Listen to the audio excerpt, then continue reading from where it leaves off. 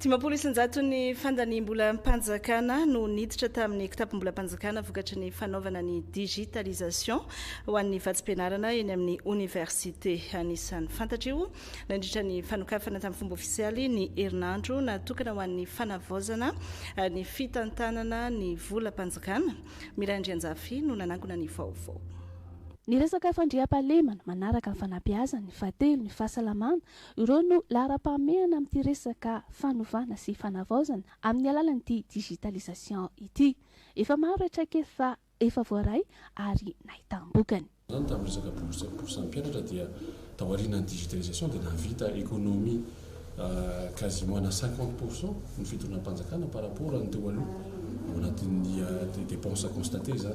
Anisan'ny économie zany rationalisation na coût antsika projet mo be da be ny projet na digitalisation zay atao misy ny fametrahana ny identification unique iarahana ministère de l'intérieur, misy ny fametrahana ny amin'ny resaka fandriam-pahalemana zao caméra de surveillance erana Antananarivo manontolo misy quasiment 300 sites na caméra de surveillance apetraka.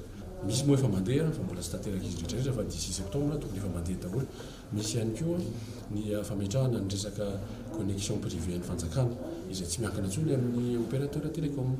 Misy ny digitalisation ny fikréena société na ho an'ny olon-tokana zany na société anonyme orinasa nateratany any ivelany. Mandeha anjara atao anatin'ity herinandro ny fanavaozana ity ireo ministera rehetra sy ireo avy amin'ny tsy miankina ahafahana manova ny teknika sy ny paikady.